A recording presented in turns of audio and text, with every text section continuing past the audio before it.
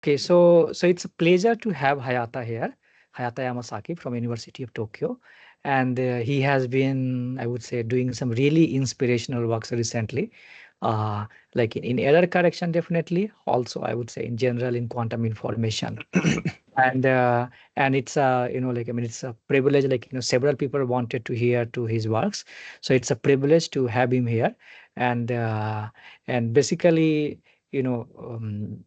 I think we can. He's I think assistant professor at University of Tokyo, I believe, at the moment, Oh, and 真的假的？and uh, and then I would say in terms of like I mean the organization of the talk. I mean Hayata, would you like people to like interrupt in between and ask question, or would you like all the questions towards the end? Like I mean your preference. Yeah, please interrupt as you like, and then ask anything during the yeah Okay, okay, during the very talk. nice. So whenever you have a question, just unmute yourself and like ask. So I think with that, I will like let Hayata speak. So once again, thanks Hayata. I think the stage is all yours. Thank you for introduction. I am Hayata Yamasaki, working as an assistant professor in the University of Tokyo. I also recently started working as a group leader in a startup company in Japan called NanoQT. So I also mentioned this at the end of this talk. Today I would like to talk about the recent work on concatenate code for saving qubits compared to conventional protocols. And the talk is based on these two references. And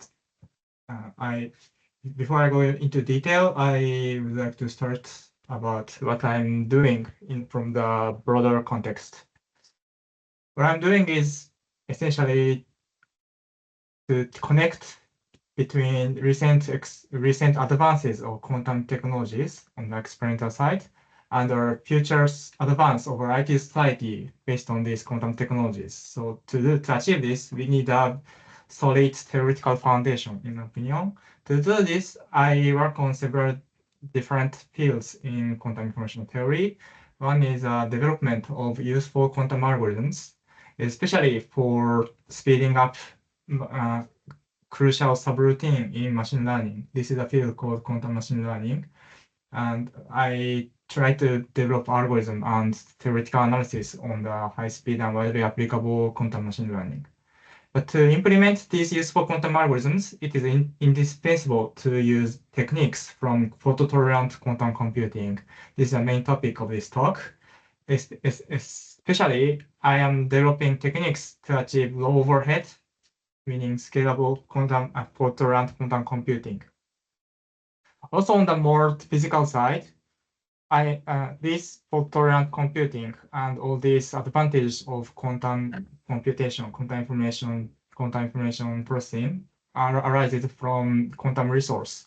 So I've been working on quantitative analysis of using such quantum resources like entanglement, magic, and so on in the framework of quantum resource theories.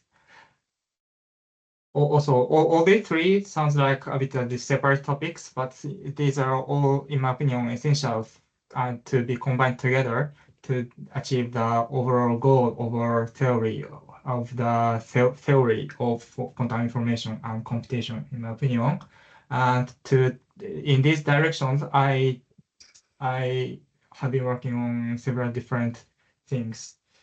Well, for example, on the topic of quantum machine learning, I work on provable quantum advantage in solving some variants of machine learning tasks, and also provide some development of quantum algorithm in the field of quantum machine learning to achieve exponential speed up compared to the best known classical algorithm is in certain crucial tasks for machine learning.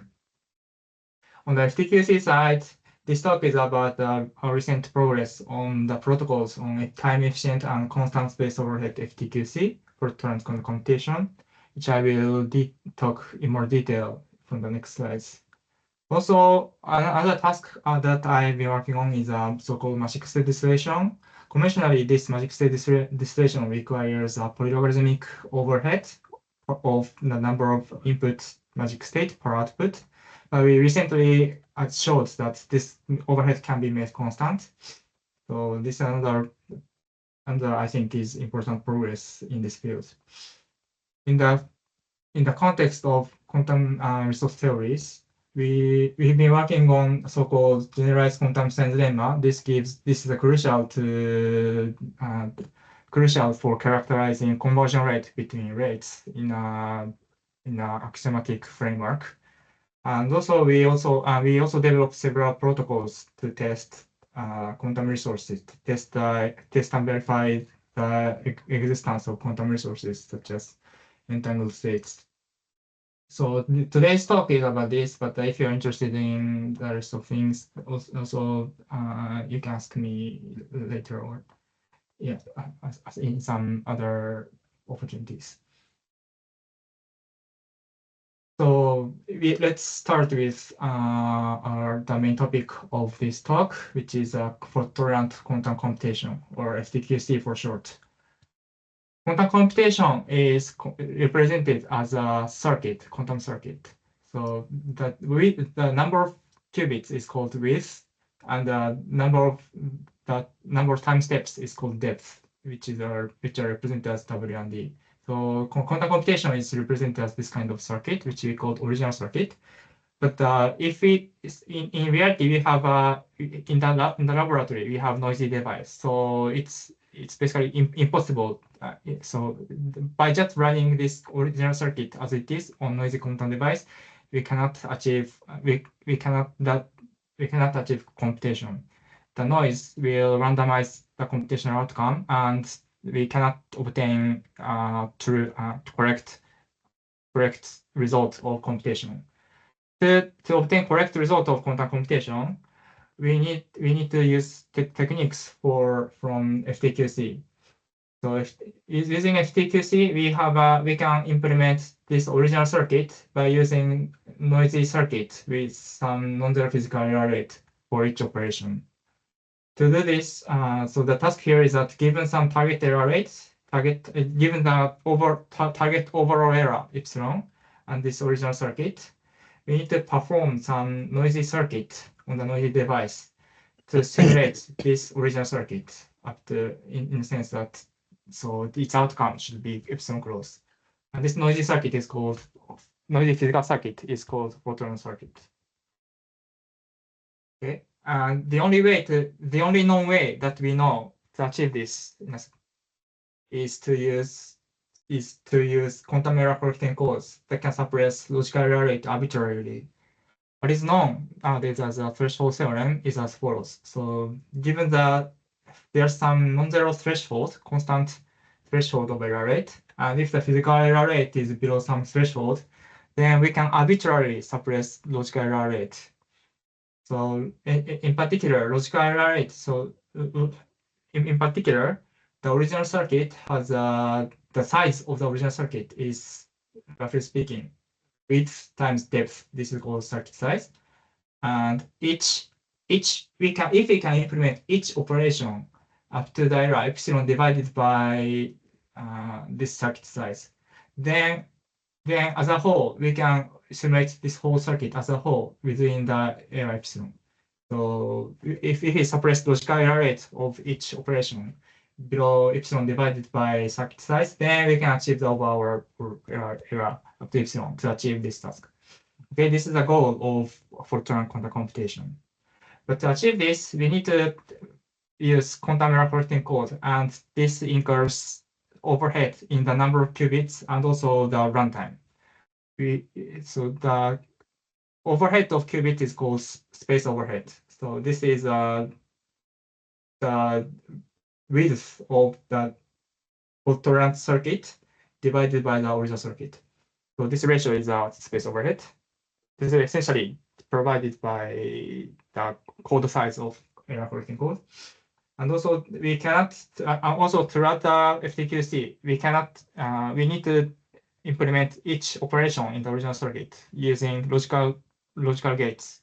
So this incurs more runtime per each logical operation. This incurs time overhead. This is basically essentially the depth of the fault-tolerant circuit per original circuit, that of original circuit. And So we know how to achieve we know how to achieve photon quantum computation, but there is an obstacle. The major obstacle in implementing realizing FTQC is overhead. So there are two approaches for FTQC. One is as I summarized in this slide, but both approaches conventionally requires too large polylogarithmic overhead. One approach I mentioned is a so-called quantum LDPC code, low density parity check code. So, an example of this is a well-known surface code. So the surface code encodes single logical qubit into n physical qubit, and its distance is square root of n. So it encodes single logical qubit into this n logical qubit, and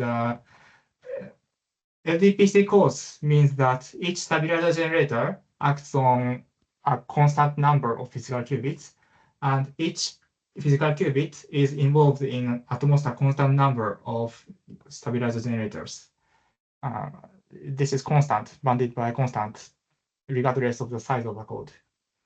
In the case of the service code, these are at most 4. And if you have this family of LDPC codes, as we increase the distance, we can reduce the logical error rate. But the reduction of logical error rate requires larger and larger code blocks. This incurs growing, in principle, growing. In the case of surface code, this incurs growing space overhead. But if you recall the history of FTQC, there was another way of achieving Fortran quantum computation. This was initially through the techniques of using concatenated code. So concatenated codes works as follows. So we have a logical qubit, but we have a qubit to be protected, and we encode it into some fixed code, let's say 7-qubit code, to suppress error to some extent. And to further reduce logical error rate, we again encodes each of these physical qubit of 7-qubit code as a logical qubit of another code. We repeat this procedure, encoding procedure, recursively. Each of these procedures is called concatenation, and by increasing concatenation level, we can suppress error arbitrarily. But still, to increase the concatenation level, the code size grows. Code size also grows as we increase the concatenation level. So this still incurs the larger and larger block sizes. And conventionally, this incurs growing space overhead. So indeed, both of these schemes incurs polylogarithmically growing space and time overheads.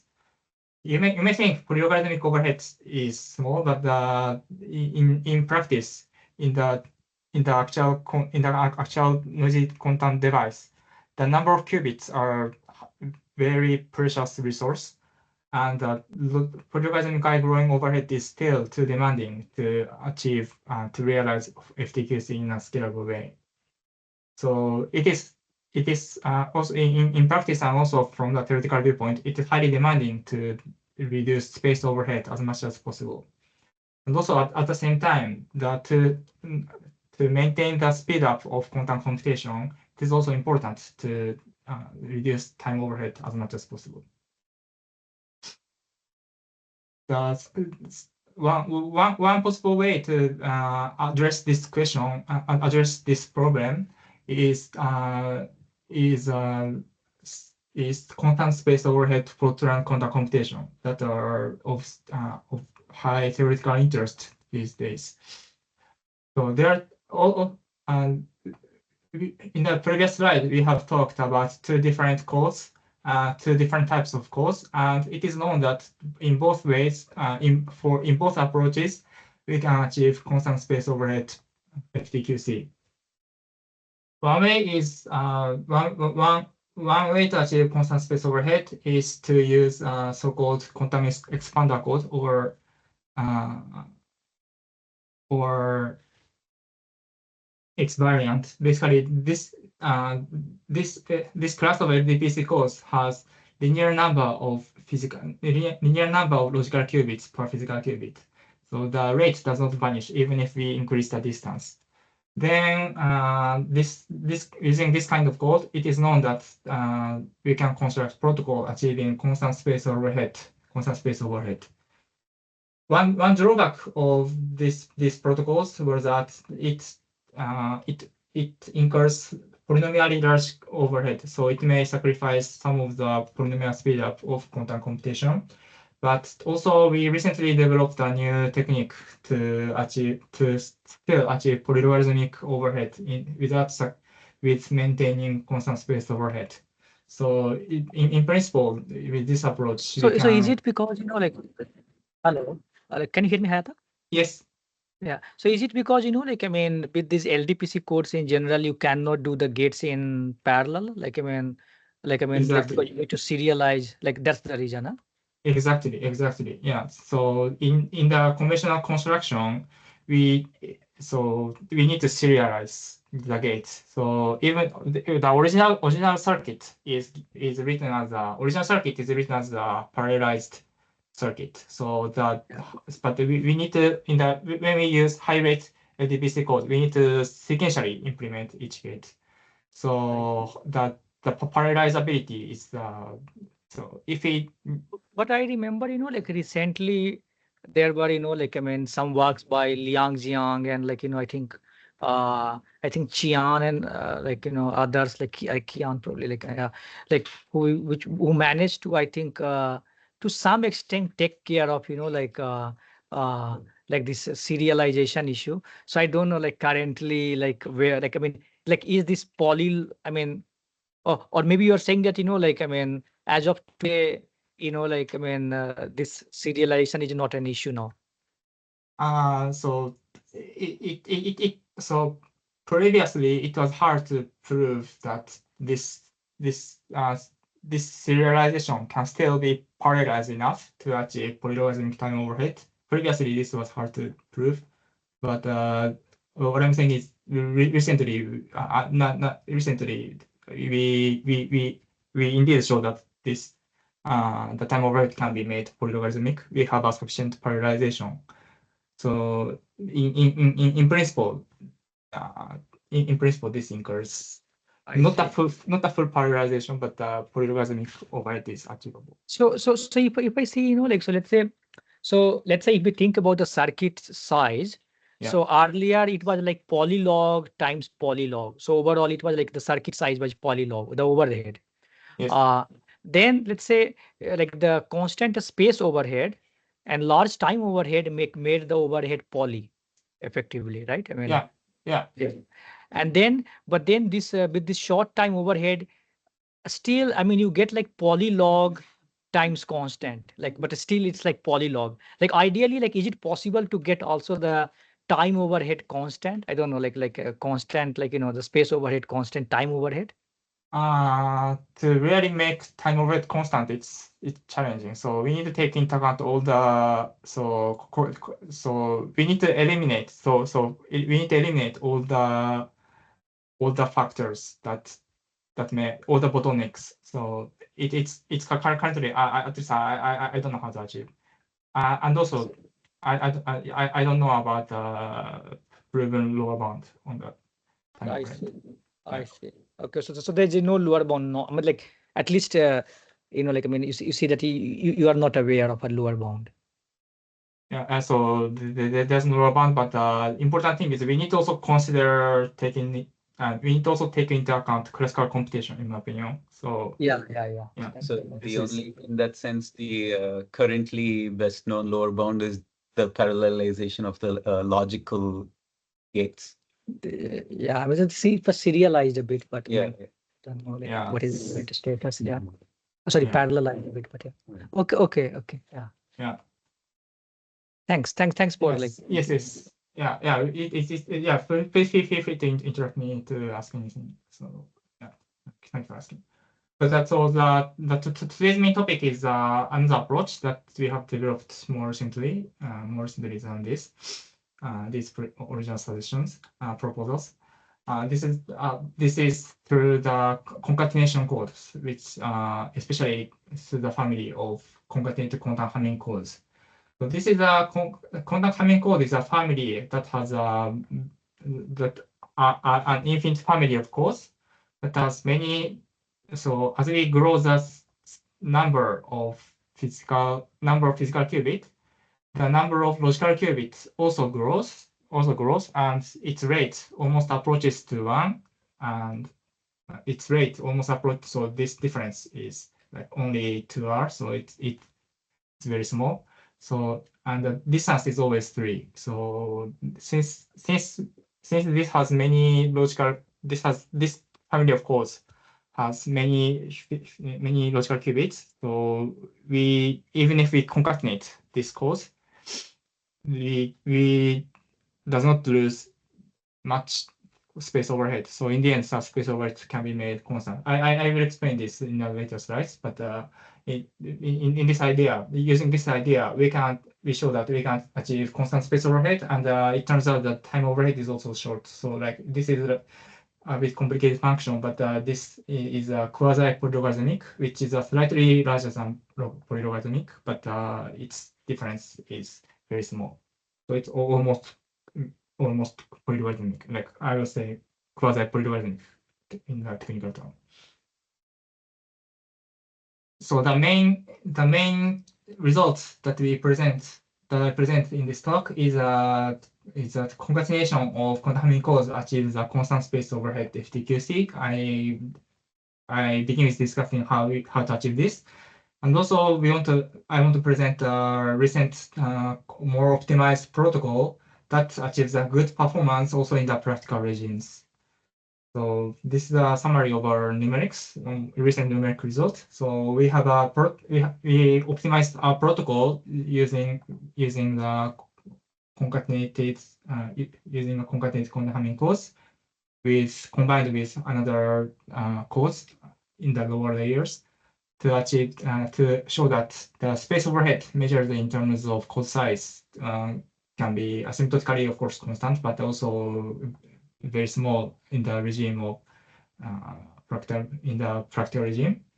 So compared to to decrease the logical error rate, we need to, of course, grow the code size. But our protocol asymptotically achieves a constant space overhead, but the surface code requires a growing size. And in the practical regime, the difference of code sizes can be about 90 to 97%. And the idea here is that the main idea of our protocol is to use small code for high threshold at the physical level. And then we switch to a high rate code in the family of quantum Hamming codes to save qubits at higher levels, but still we can decrease the logical error rate. So in particular, in our construction, we started with so-called C466 code, originally developed by Neil to achieve high threshold to suppress error. Then, if the error is after the error is sufficiently suppressed, we switch to quantum Hamming codes that has higher rate to save the space overhead. So asymptotically, our code can achieve constant space overhead. The merit of compared to the other constant overhead protocol, the merit of our protocol is that we provide full protocol to implement universal set of operations, including logical gates. And also, compared to surface code, we have a regime of saving qubits. If we use C466 code at the physical level, this achieves a high threshold of 2.4% under circuit level noise. I will also later discuss the comparison between surface code. And also the concatenated code approach has a built-in modularity in some sense. So this, I think, is promising for implement, at least into the this modularity is good for provides a good abstraction layer for implementation. I will also explain this in the later part of this talk. So I'd like to begin with more details of the protocol first, then later talk about the numerics to compare the performances. The main idea of our protocol is to use a concatenation of quantum Hamming codes to save space overhead. Conventionally, in the conventional concatenate code protocol, we concatenate 7-qubit code, for example. But if we concatenate 7-qubit code, the number of physical qubit per logical qubit in each code block grows exponentially. The idea here is to use a generalization of 7-qubit code called quantum Hamming codes. Quantum Hamming codes start with 7-qubit code, but as we increase the code size, it starts to have many logical qubits per code block, and its rate approaches to 1 very fast.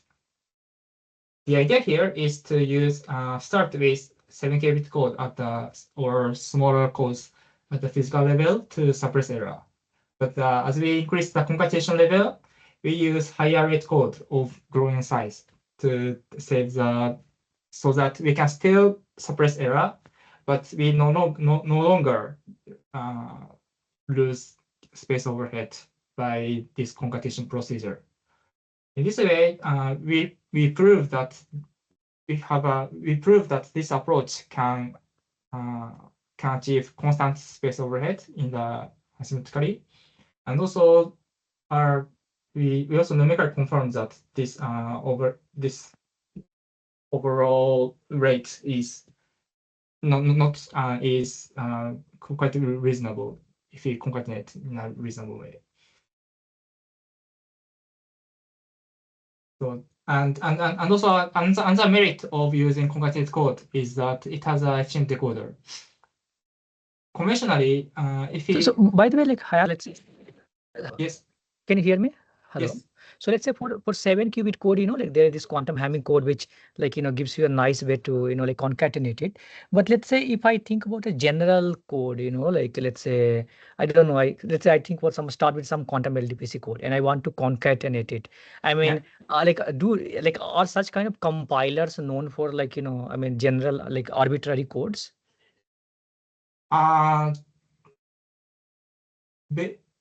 You just have a compiler.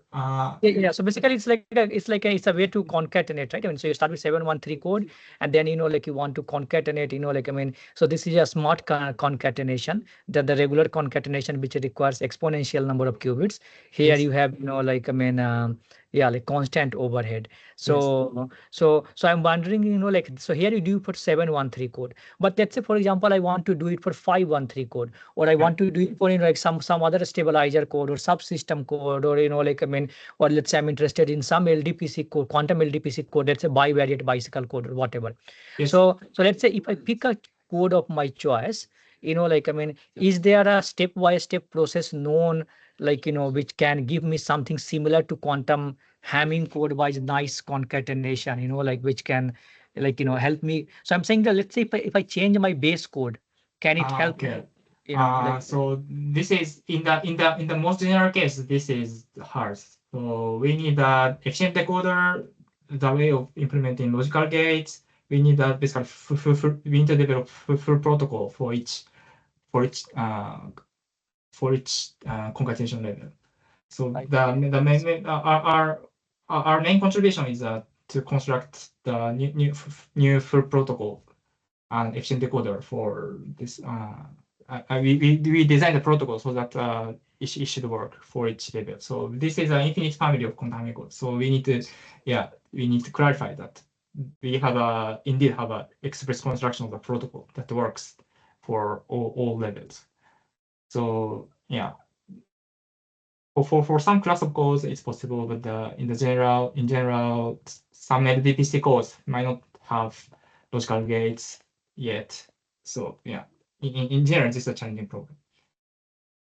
And so for example, this decoder problem is one example. So originally, when Gottesman wrote a paper about constant overhead FTQC, there was none of the candidates at that time had a efficient decoder, but it was only later that that later work constructed efficient decoder for quantum expander cores. Then we now know that this achieves constant space overhead FTQC. But then here we clarify that the quantum Hamming cores can be efficiently have an efficient decoder, so that this can be used for FTQC. So to see how this works, we should to see how this works.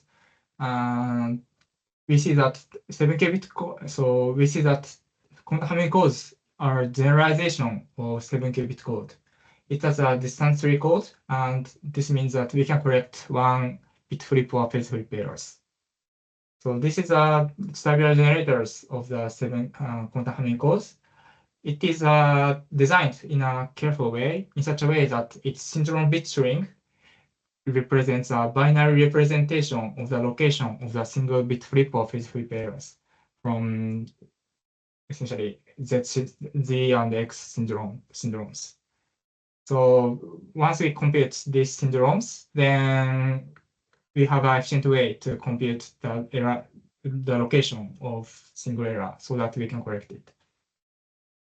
And also in the case of concatenate code extraction, so in general, this syndrome has a high weight, but in the case might have a high weight since this is not a LDBC code. But in the case of concatenate code, the syndrome extraction works in a quite different way from LDBC codes. We can extract high weight syndrome by means of so-called Neal error correction or Steen error correction. This is applicable to concatenate code, and we can, in a fault-tolerant way, we can extract high weight syndromes when we use concatenate codes. So I summarize how this syndrome extraction works by in the case of Neal's quantum error correction. So the particular property of concatenate code is that useful property for concatenate code is that we know how to fault-tolerantly prepare code words in the case by using the concatenation, by using the code concatenation. So using the code words prepared in a fault-tolerant way, Neal's error correction performs quantum teleportation of logical information into these freshly prepared code words. And in this quantum teleportation, we perform measurements. And from these measurement outcomes, we can extract all the syndromes at once and compute their syndrome bit strings. And depending on these bit strings, computed bit strings, we can determine the byproduct operators in the quantum teleportation while correcting errors. And in this way, quantum error correction is performed by teleporting logical state into freshly prepared actual qubits, prepared in a fault-tolerant way by concatenate code. And another merit of using Neal's error correction is that it can correct, basically prepare fresh auxiliary qubits every time we perform error correction. And it has a built-in property of correcting leakage errors. Leakage error is an error that is relevant in practical regime where we define qubits using physical system, but sometimes the states goes out of this space to define qubits, and then once the leakage error happens, we don't know how, so only manipulating the physical system doesn't necessarily guarantee that we can correct errors. But if we freshly prepare qubits and then perform teleportation, the newly prepared qubits no longer have leakage error, so we can basically correct or recover from leakage errors. So whenever we can use error correction or some other technique to correct leakage error, we should use this.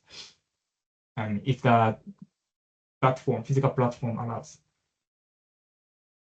And concatenate code has this convenient way of doing this. So using this error correction procedure, the main thing of our construction of our contribution is a full construction of fault-tolerant protocol. So our contribution is in our work of this is explicit construction of full protocol of quantum computation, including decoder, gates, and how we compile original circuit into fault-tolerant circuit, and give a full runtime analysis of this protocol. Conventionally, using concatenated 7-qubit code, we start from original circuit and then represent it as a level circuit and recursively compile it into level L-1 circuits, so that in the end we obtain the level 0 circuit, which is a physical circuit. And the comparison here, it works in a similar way. We start from the higher level circuit. We represent original circuit as a level L circuit, and recursively replace each operation in this circuit with a gadget. Gadget is an implementation of this level L operation by level N-1 operations. And then after replacing operation with gadget, we insert error correction gadget in between each pairs of gadgets. In this way, we have a comparison, and then we recursively repeat this comparison until we obtain level 0 circuit.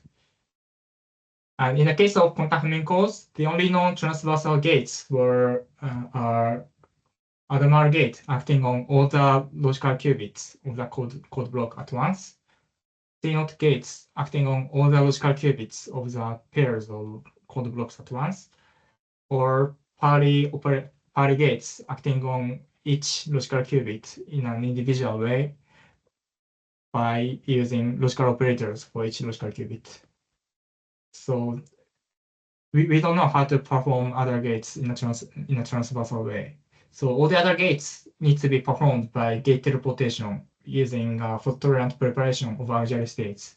And we show that this fault-tolerant preparation, even if we include the time overhead of fault-tolerant preparation, the time overhead can be still kept shorter as short as quasi-logarithmic time overhead. So in our protocol, the transversal operations are only like measurement, Pauli gates, Adamar, C0, and also CZ, and weight operation. All the other gates are performed by gate teleportation using a fault-tolerant preparation of initial state and also auxiliary states required for gate teleportation. Not only non-Clifford gates, Clifford gates are also some part of the Clifford gates, except for these special ones, are performed by gate teleportation using preparation of Clifford states. In this paper, we give explicit construction of a full set of gadgets for all operations required for fault-tolerant quantum computation. And also, using these operations, most of the gates are performed by gate teleportation. So, for example, the Clifford gates acting on the logical qubits in two code blocks are performed by gate teleportation using auxiliary Clifford states, auxiliary stabilizer states prepared by using concatenate code with verification. And also all the non-Clifford gates are also performed by gate teleportation by using magic state prepared in a fault-tolerant way. In this way, universal gate states are implemented by gate teleportation mostly using a fault-tolerant state preparation.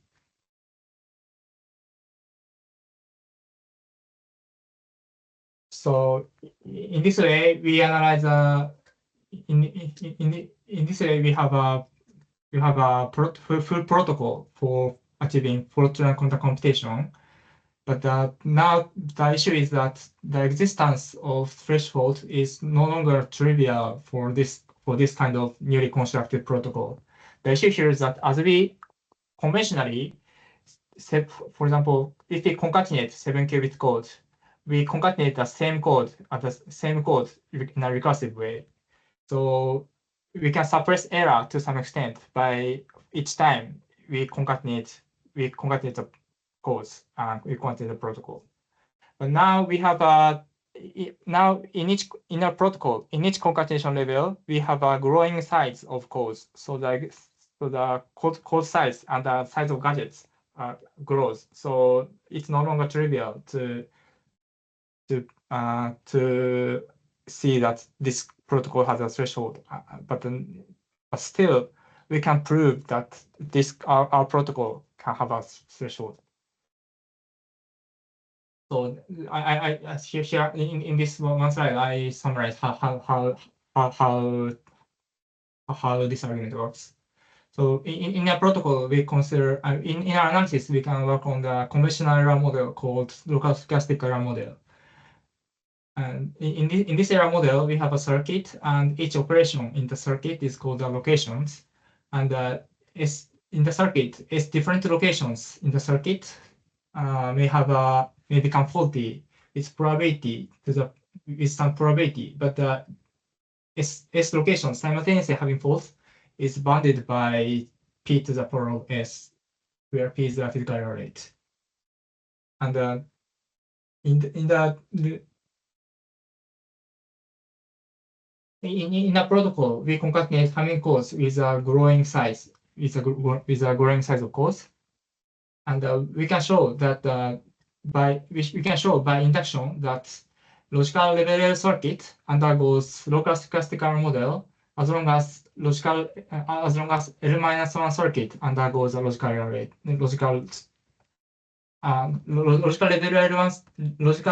circuits undergoes a local stochastic error model as long as level L-1 circuit undergoes a local stochastic error model. So starting from level 0, all the level suffer from all the level undergoes local stochastic error model.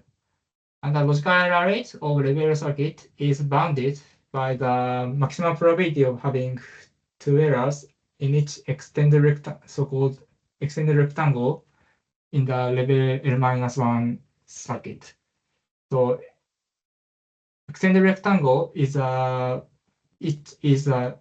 roughly speaking, it is each gadget, and each extended rectangle is essentially, roughly speaking, it's each gadget and a set of its adjacent error correction gadget. And conventionally, if we concatenate 7-qubit code, the size of extended rectangle is just constant since we only concatenate the constant size 7-qubit code. By contrast, in our analysis, we have a growing size of codes. So size of extended rectangle also grows as we increase the concatenation levels. But still, we can show that the overall logical error rates satisfy the same bound as a conventional concatenated codes because the error can be suppressed as using this formula, and this dependency on the dependency of the dependency on the of the size of X-rec on the concatenation level appears as a geometric sequence in the exponent of the coefficient, but this in the end converges to some constant. So as a whole, we can observe the rate of error suppression is much faster than the growth of the size of X-ray. So in the end, we can observe it is within the threshold constant, and in this way, we can show that our code has a threshold in a provable way. So to summarize the first part, so we have constructed a protocol that supports logical gates, and also we show that it achieves the low space overhead, short time overhead, and we also have an analytical proof of this, and it has a provable threshold. But still, for the practical use of effort-tolerant quantum computation, we need to balance all the aspects, all the required aspects required for effort-tolerant quantum computation. This also includes achieving high threshold and clarification of how we implement the FTQC protocol in a modular way. So our previous work focused on theoretical aspects of the protocol, and the problem here is that still does not the concern there was how we achieve high threshold and what is and previous work also lacked the comparison of resource estimates. The problem that we need to tackle for quantum computation is that for conventional protocols require large space overhead, so we need to reduce the time overhead, space overhead, and also at the same time, existing LDPC code, high rate LDPC codes protocol mostly sacrifice the time overhead or threshold or modularity. And we need to keep all the satisfy all these requirements, but still have a balanced well performance in all aspects. Our recent paper tried to achieve this at the same time by developing a new optimized protocol that takes care of all the essential requirements. So to do this, our approach was as follows. So we performed a numerical simulation of our original protocol based on quantum Hamming codes, and it turns out that this threshold is in principle comparable to that of concatenated 7-qubit code, and it was about 10 to the power minus 5. So this is a bit worse than what we expect for tolerant protocols that we want to implement in practice. Then our approach was to use at the physical level to use another high threshold protocol using different codes. Our choice was to use the protocol based on C4C6 code to suppress the logical error, to suppress the initial physical error rate to some smaller logical error rate that is way below the threshold of our protocol of quantum Hamming codes. So this may incur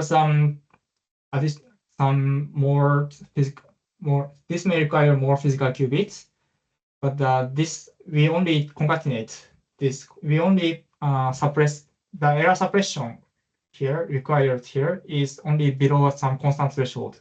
So this incurs only a constant space overhead. And also this C4C6 protocol has a threshold of 2.4%. So with this high threshold, we can suppress error and then we concatenate for the constant time.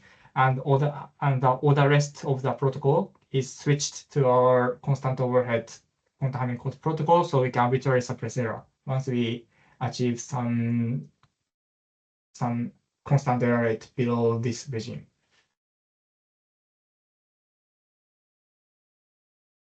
So our numerics provides a particular sequence of how we can achieve this error suppression. So we start with C4C6 codes until in this error model until level 4. Then around level 4 we can have an error rate way below the threshold of the protocol for quantum Hamming codes. So we switch to quantum Hamming codes to no longer sacrifice space overhead, and asymptotically this protocol achieves constant space overhead. This is one approach to balance the space overhead and threshold. So here I explain in more detail about what is known about C4C6 codes. The reason why we used why people propose to use C4C6 code is that it has a highest known threshold, and in particular, it's known to have more better threshold than the protocol of Surface code. So in our work, we performed a simulation of these two protocols under circuit level noise model, conventional circuit level noise model, and then we found that in our choice of noise model, the Surface code protocol had a threshold of 0.3%, while C4C6 code has much larger threshold. So C4C6 code works as follows. So it is a concatenation at the physical level. It starts with using 422 codes. This encodes 2 logical qubit into 4 physical qubit, and the distance is 2. So since the distance is 2, this cannot correct errors, but this can detect error. And then in the higher levels, we switch to using 622 codes. This encodes 2 logical qubit into 6 physical qubit, and distance is again 2. But now we can from the code below, from the code in the lower level, we can detect error. So this detected error can be converted into erasure error. So distance to code cannot correct error, but can correct single erasure error. So in this way, the distance to code can be used for converting errors into erasure error, where we know that some kind of error is happening at which location. Then once we know that erasure error is happening in some of the locations, then we can use distance to code to correct such errors. In this way, this C4C6 code can perform error correction. And also the reason why this code has very high threshold is that the state preparation circuit that is proposed in the literature has very low depth, so it's highly parallelized, and then because of this low depth, the preparation circuit that has a very small size, so there's not much room to suffer from many physical errors. So in this way, with a small circuit, we can prepare code words, and then also at a higher level, the circuit for state preparation is very small. So in this way, this code has very high threshold.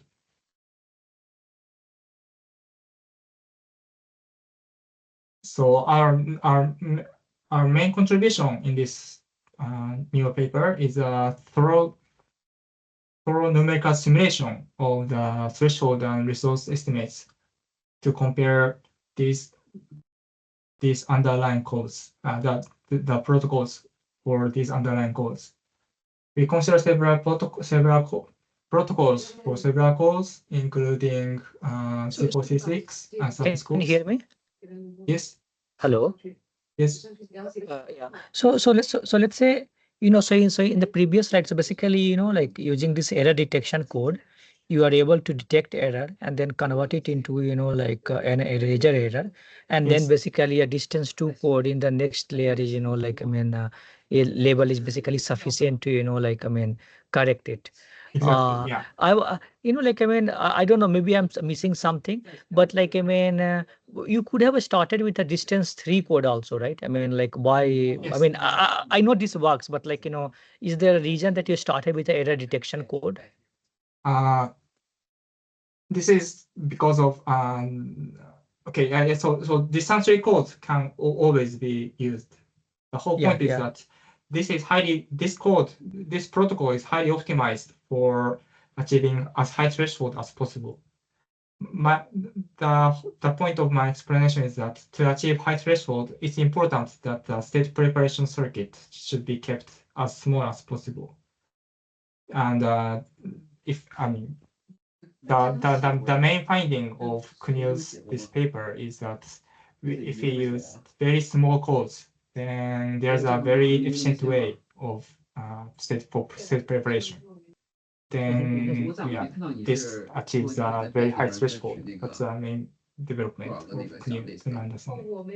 I see. Yeah. So it's always a balance of distance and distance and preparation size. I see. Yeah, we need to balance this. So our main contribution is a systematic comparison of these different protocols under the same circuit level depolarizing noise model and the same setting with to evaluate the threshold, especially for the CNOT gates, not for the memory, but to perform the logical gates. And also, in our simulation, we use a hard decision decoder for concatenate code and a conventional NRFM decoder for the surface code. And the important thing is that numerics are performed as same setting as possible, so to perform the pair comparison. And there are several things that our paper that I think is interesting in our paper. For example, in our paper we compare different preparation protocols for the spin code. For example, one uses only one auxiliary qubit for the state preparation for the verification in the state preparation. The other one for preparing code words of surface code code words for spin code is to prepare two. This is more, I think it's more conventional. So we prepare two code words and then interact it and then use one of these code words as a for the verification. So if this verification succeeds, we can output the state as a fault tolerantly prepared state. So these two are different protocols, and our findings is that these two almost have the same performance, or almost have the same threshold, and which is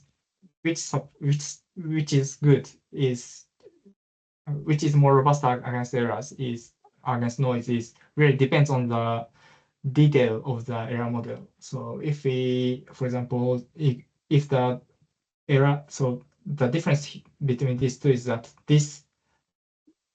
the top one has a more depth, while the width is shorter. The lower one has a wider width, while the depth is slightly shorter because of transversal CNOT. And if, for example, if the memory identity gate is noisy, then indeed the first one becomes slightly worse than the second. But in the conventional error model, where like depolarizing noise model, where identity gate also have error, the first one becomes slightly better than the second one, and then these two are almost the same performance, but which is better, it really depends on the detail. And also, you might have seen that the threshold over numerical simulation for the surface code looks slightly worse than the conventional threshold, like 1%. But this is because conventionally threshold for surface code is simulated for memory for performing identity gate. But in our work, we consider the CNOT gate implementation of CNOT gate using lattice surgery. We also take into account routing space for the conventional lattice surgery implementation of CNOT gates. So then, in this case, threshold becomes so that the thing that we simulate this strategy is larger than the memory experiment. So error may accumulate more. So of course, this implementation of surface code still has a threshold, not the threshold, but the threshold value is essentially a constant.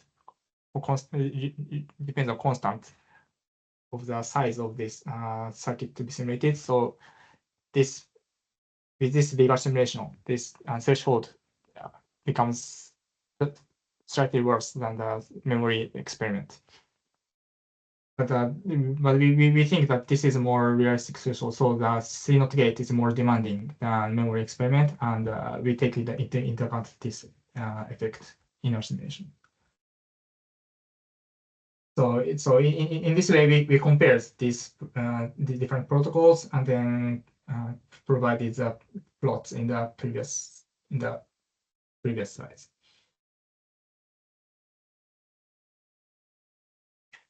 So at the end of the talk, I would like to briefly also mention about the modularity of the concatenation code approach compared to LDPC code approach.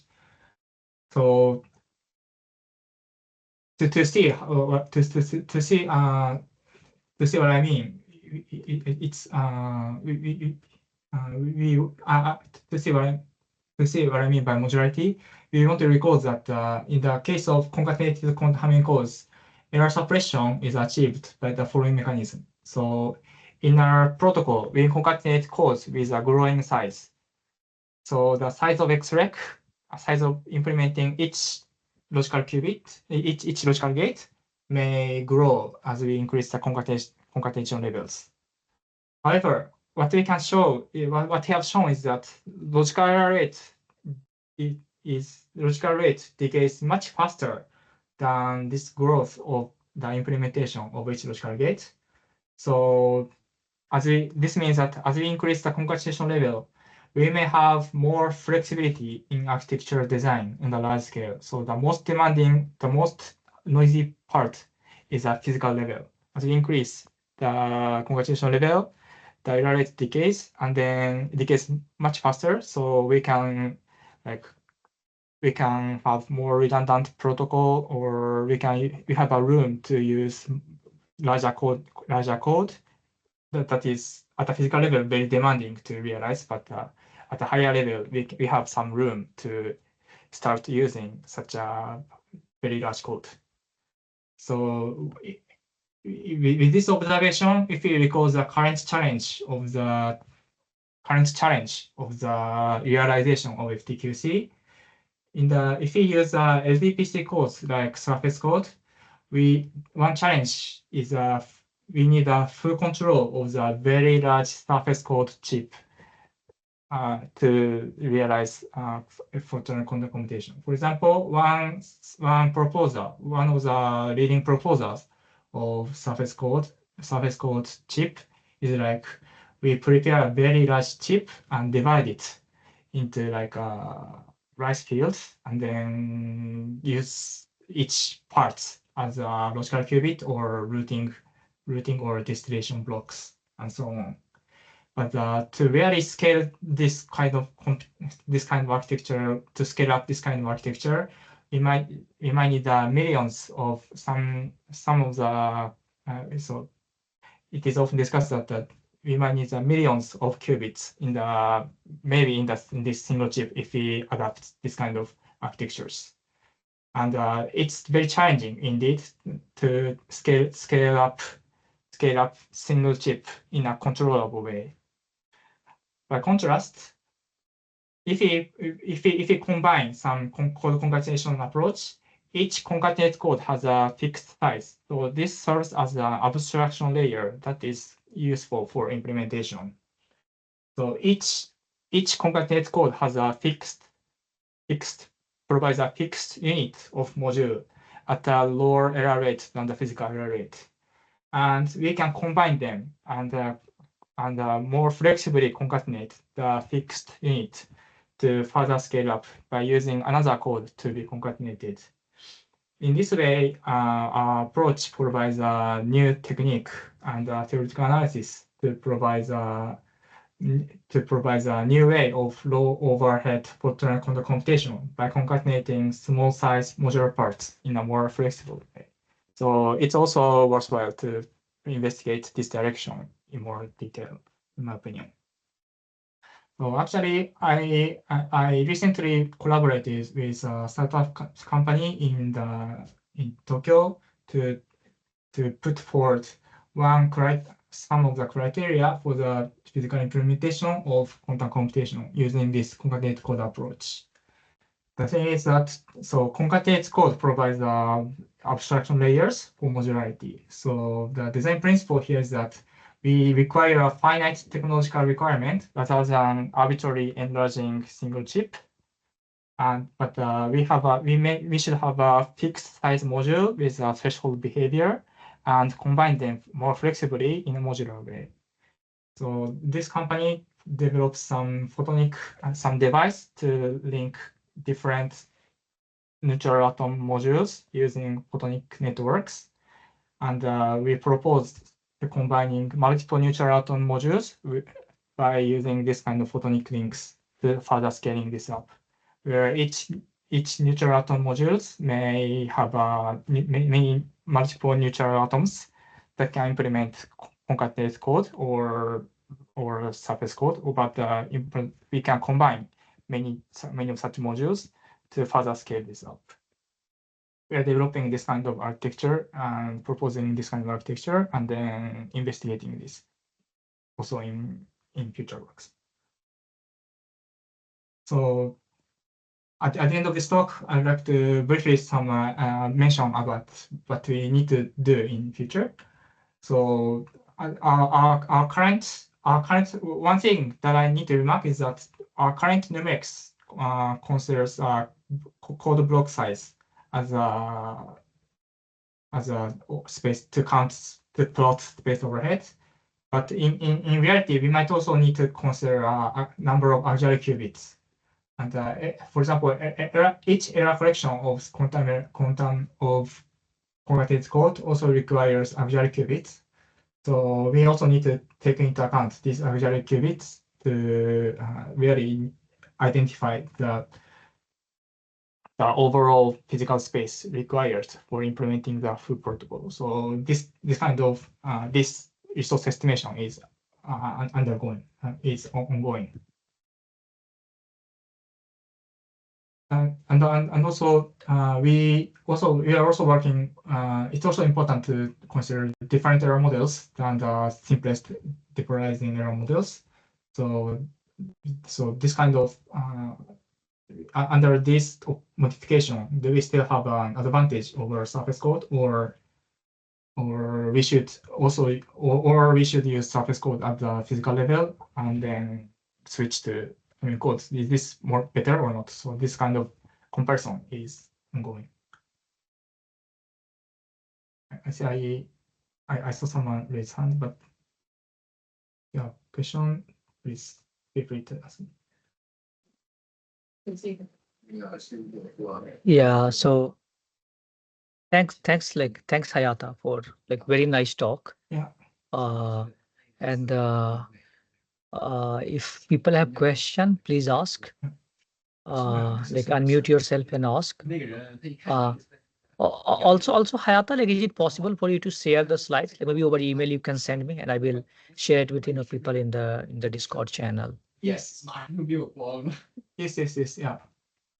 Okay. I'm happy to share. Yeah, perfect. So yeah, I mean, I had asked questions, I mean, like which were, but I think maybe people, I don't know. So if there are no questions, like, I mean, I would like to thank Hayata for like, taking time to talk. And yeah, like thanks again, Hayata. This is a very beautiful work. I mean, in particular, like, I mean, that having a threshold and then, like the modularity, I mean, like, yeah, I mean, like very nice. So yeah, I mean, it will be very nice to, like, I mean, and it seems that, like you have some opening also in your group as a researcher. So Yes, yeah. so maybe you can explain, like somebody in the audience, if they are looking for jobs, like what this option is, like, I mean, yeah, I mean.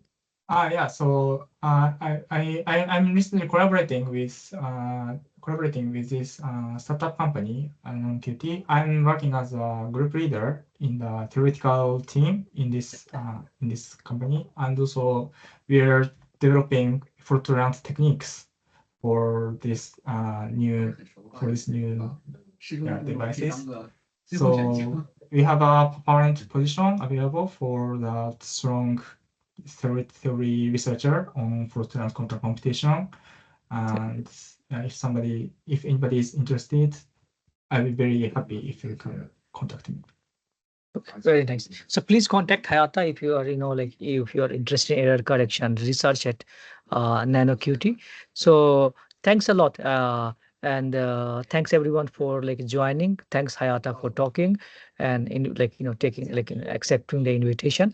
Like see you everyone next week for another talk. Yeah. Kishore, Thank just you. a query. Are the videos are these videos recorded, and if so, can we view them somewhere, like online or? Yeah, these are like all of them are recorded. Just that like I mean, it will require some time for like for me to process them and all. And yeah, I mean, like these are all in the I mean internal. Like I mean, I need to put it on some. I mean, if somebody is willing to like let's say process it, I can share like some in some Google Drive or something, and they can process and upload it in YouTube. I think some people have agreed to like. Be volunteer. So If I you think can maybe share the raw link with like if there is any email group we have for these yeah. talks, then you can just share the raw video only with all of us. Sure. I Maybe will try uploading them something. Yeah. to YouTube might require more effort because that's an external thing and that's Yeah. for everyone. But for internal people who are attending this, maybe you can have some drive link or something which you can watch it. Yeah. No, just that the internal link will not work because